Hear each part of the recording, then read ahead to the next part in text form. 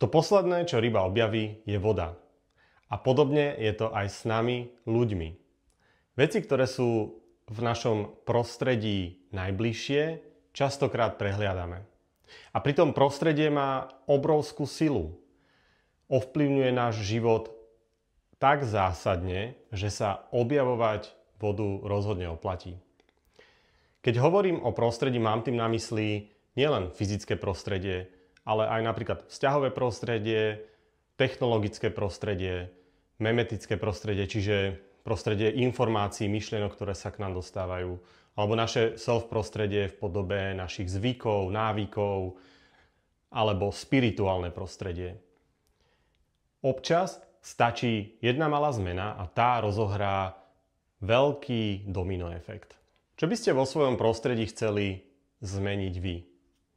Čo by malo pre vás zmysel zmeniť, aby ste rozohrali veľký domino efekt? A nezabúdajte, sila prostredia vždy vyhráva.